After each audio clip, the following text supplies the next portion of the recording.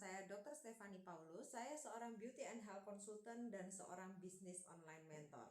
Nah, di video saya kali ini teman-teman, saya ingin merangkum ya bagi semua teman-teman yang mempunyai pertanyaan mungkin di kepalanya ya. Kira-kira di era corona ini begitu banyak penawaran dan begitu banyak peluang bisnis yang ditawarkan ya. Dan juga mereka selalu diembel-embeli juga mereka adalah bisnis yang memiliki sebuah sistem. Nah, apakah sistem itu baik untuk Anda? Nah, dan mungkin apabila Anda adalah orang yang pertama tidak mempunyai modal yang cukup besar ya teman-teman ya. Karena jelas aja kalau misalnya di era corona ini kita kehilangan pekerjaan utama kita, ya pasti kita hanya bisa mengandalkan uang tabungan atau dana darurat kita. Dan yang kedua, Anda mungkin tidak punya keahlian khusus yang bisa dijual ya. Jadi contohnya nih, mungkin Anda bukan seorang profesional dan sebagainya, tetapi Anda menantang diri Anda ya untuk memiliki yang namanya sebuah income tambahan.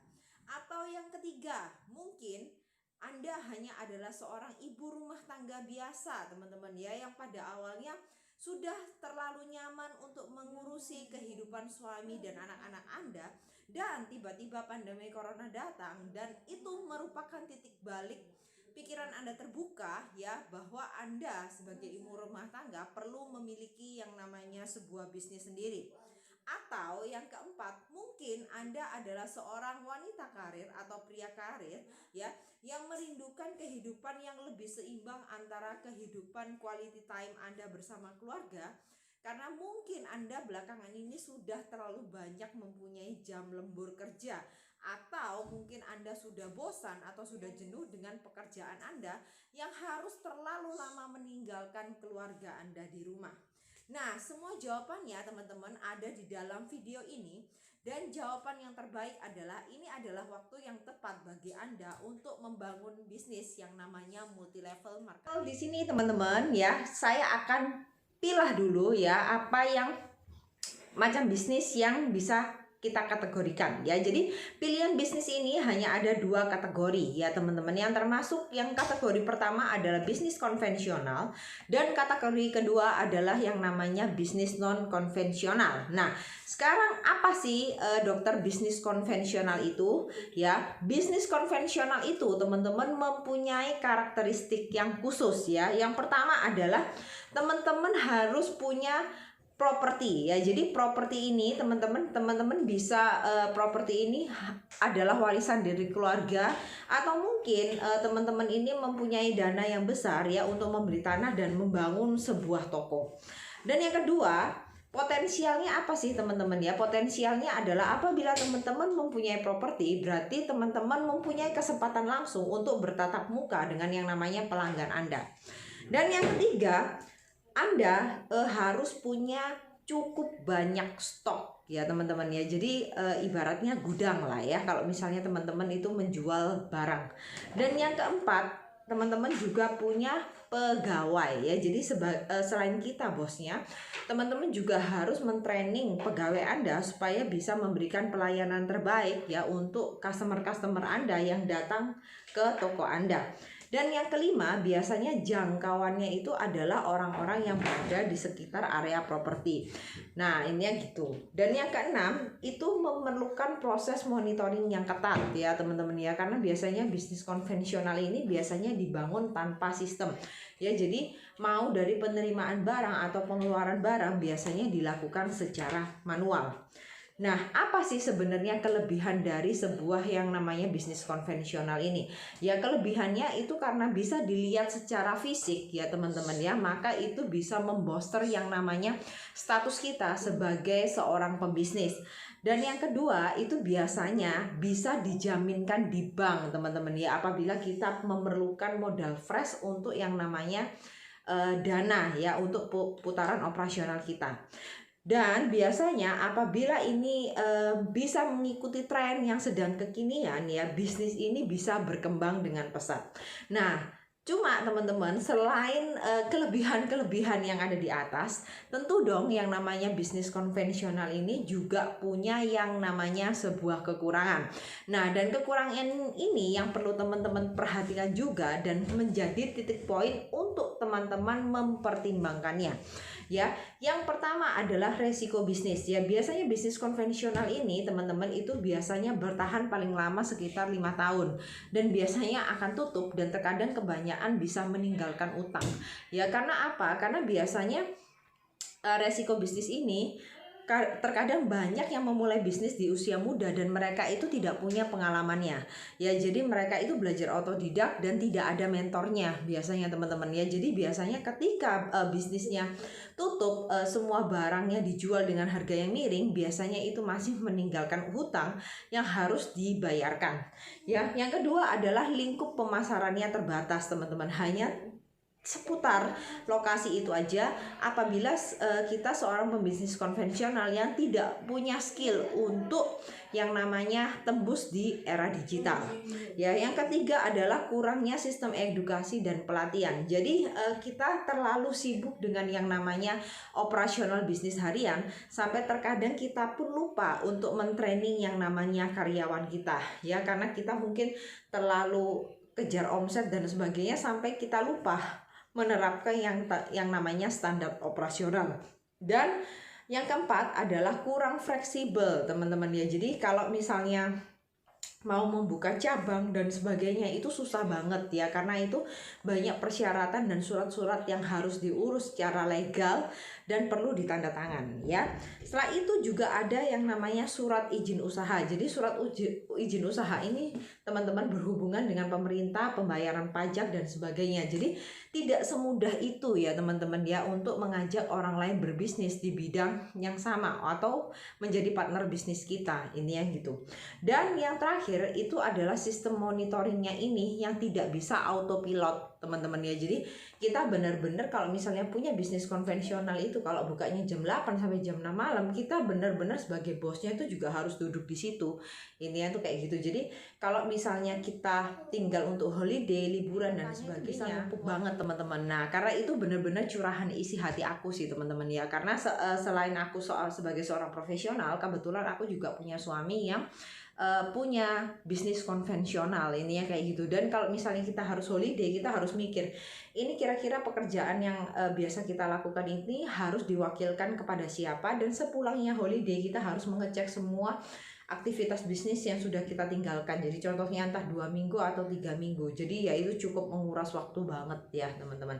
Nah, jadi di sini saya juga memberikan edukasi kepada teman-teman ya melalui video ini. Kenapa sih teman-teman juga perlu tahu yang namanya bisnis non konvensional itu seperti apa ya. Jadi bisnis non konvensional itu teman-teman sebenarnya tidak membutuhkan tempat toko atau lapak atau kantor yang resmi ya. Jadi ini sangat cocok di era pandemi ini teman-teman. Jadi teman-teman bisa melakukan semua pekerjaan bisnis ini hanya dari rumah Anda. Ini ya gitu. Dan yang kedua, lingkup pemasarannya itu jauh lebih luas ya, karena kita dari rumah kita benar-benar bisa memanfaatkan platform sosial media ya. Kita bisa menjangkau dimanapun koneksi itu nyangkut teman-teman. Jadi contohnya seperti yang saya kerjakan sekarang ini, meskipun saya kerjakan dari rumah dan misalnya saya lagi off praktek nih ya, ini contohnya teman-teman ya, karena saya lagi persiapan melahirkan ya, saya tetap bisa menjangkau customer saya yang berada di luar Indonesia ya. Jadi contohnya kayak di Singapura, Malaysia dan sebagainya. Dan yang ketiga, happy-nya teman-teman tidak perlu melakukan yang namanya stok barang ya, ataupun terkadang perlu, itu hanya untuk keperluan misalnya teman-teman harus packaging lagi dan teman-teman males ngambil barangnya di kantor ya. Jadi mungkin teman-teman hanya memerlukan sedikit stok saja di rumah ini ya, tuh kayak gitu.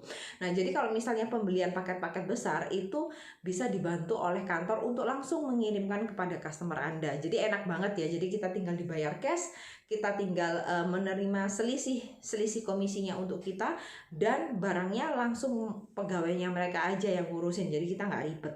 Nah, dan yang keempat teman-teman, bisa dijalankan tanpa kita menyewa tenaga admin ya, atau kita menyewa seorang karyawan tetap ya, karena itu semuanya sudah dihandle oleh kantor. Dan yang kelima, kita umumnya memang punya beberapa keahlian ya, tapi andaikan pun kalau misalnya teman-teman tidak punya keahlian pun ya, seperti yang saya jabarkan, misalnya teman-teman hanya seorang misalnya ibu rumah tangga yang mungkin pada saat pandemi ini Anda tergerak hatinya untuk membantu yang namanya income keluarga, it's okay teman-teman ya, karena itu nanti ada sistem mentoringnya ya. Dan yang keenam itu seperti pelanggannya itu bisa datang dari mana aja ya, datang dari mana aja itu tergantung dari seberapa jangkauan kita untuk menyebarkan promosi ini ya. Dan yang ketujuh, biasanya tidak membutuhkan izin khusus dari pemerintah. Jadi ini enaknya banget ya teman-teman ya. Jadi teman-teman hanya perlu melengkapi yang namanya membership dan sebagainya, dan mengikuti kelengkapan data yang sebagainya, yang biasanya notabene kebanyakan free sih teman-teman ya. Jadi teman-teman tinggal mengikuti prosedurnya dan itu bisa. Nah, pada kesempatan kali ini teman-teman, saya akan memberikan penjelasan beberapa jenis bisnis yang disebut bisnis non konvensional ya. Bisnis yang pertama adalah teman-teman yang namanya MLM atau multi level marketing, dan biasanya kita sebut juga dengan yang namanya bisnis jaringan. Nah, namun biasanya MLM ini banyak sekali diskeptisi oleh para masyarakat ya. Karena apa? Karena mereka ini banyak yang mengalami trauma. Ya, jadi MLM ini biasanya selalu dipandang buruk karena ada penyebaran gosip dari orang-orang yang sudah mengalami trauma. Padahal MLM ini teman-teman mempunyai potensi penghasilan income yang sangat luar biasa ya, apabila Anda ini bertemu dengan perusahaan atau partner bisnis yang sangat tepat. Dan yang kedua itu adalah agen. Agen ini bisa beberapa bidang ya teman-teman ya. Contohnya agen asuransi, bisa agen properti ya. Jadi bisa disesuaikan dengan minat kalian ya. Jadi kalau menjadi agen ini bisa terbuka untuk berbagai latar belakang juga ya teman-teman, sama dengan kayak multi level marketing. Jadi tinggal aja disesuaikan teman-teman nih hobinya gimana.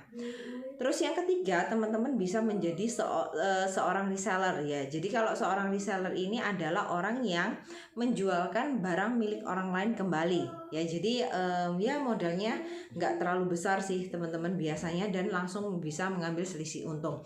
Jadi tinggal disesuaikan aja teman-teman tuh apa hobinya, apa misalnya food hunter kah atau fashion kah ya, itu banyak jenisnya teman-teman.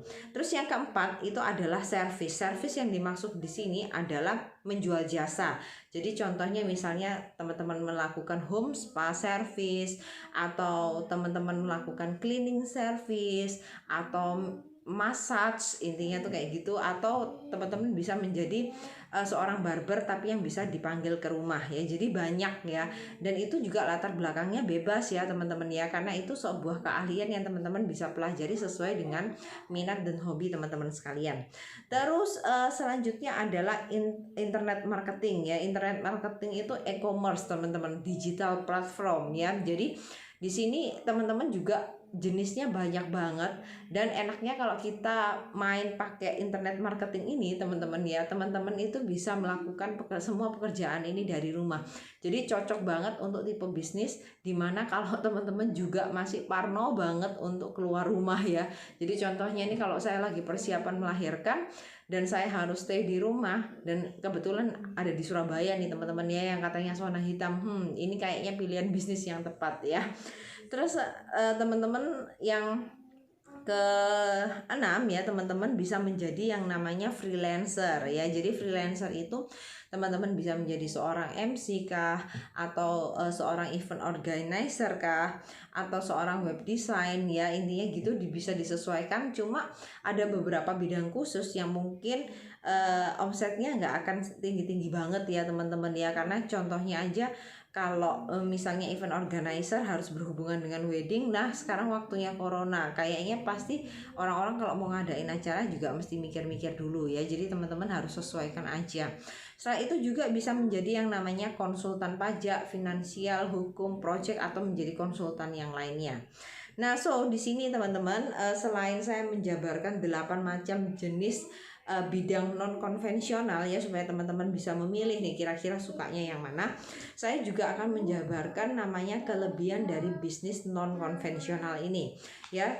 kelebihannya teman-teman itu memiliki modal yang sangat kecil ya. Nah, kelebihan dari bisnis non konvensional ini teman-teman adalah yang pertama, modalnya itu kecil banget ya. Jadi teman-teman bisa menggunakan yang namanya dana darurat ya, atau dana tabungan Anda untuk memulai segera bisnis Anda di era pandemi ini.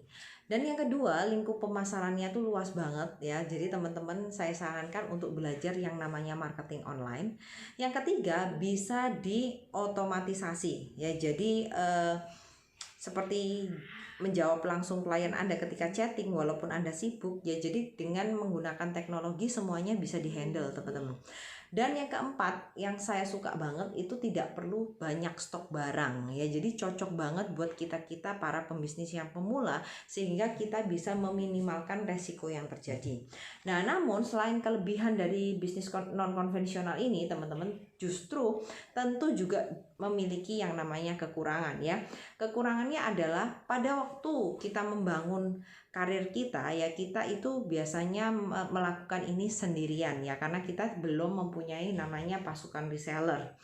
Yang kedua, kita juga perlu dengan keras sekali untuk membangun yang namanya branding diri ya. Jadi kalau misalnya mungkin teman-teman melihat saya, oh ya gampang banget ya, dokter kan ya tinggal ngomong aja, kalau misalnya dokter ya dokter, intinya kayak gitu. It's no teman-teman ya. Dulu ketika mungkin yang mengenal saya sebagai dokter ya hanya ada orang-orang yang berada di lingkungan sekitar saya. Nah, tapi kalau misalnya saya ingin menjangkau orang-orang lain ya yang berada di luar pulau, di luar kota saya maupun di luar negeri, mereka juga belum tentu kenal saya teman-teman kalau saya itu adalah seorang dokter. Jadi makanya saya juga berjuang keras ya untuk membangun yang namanya branding diri.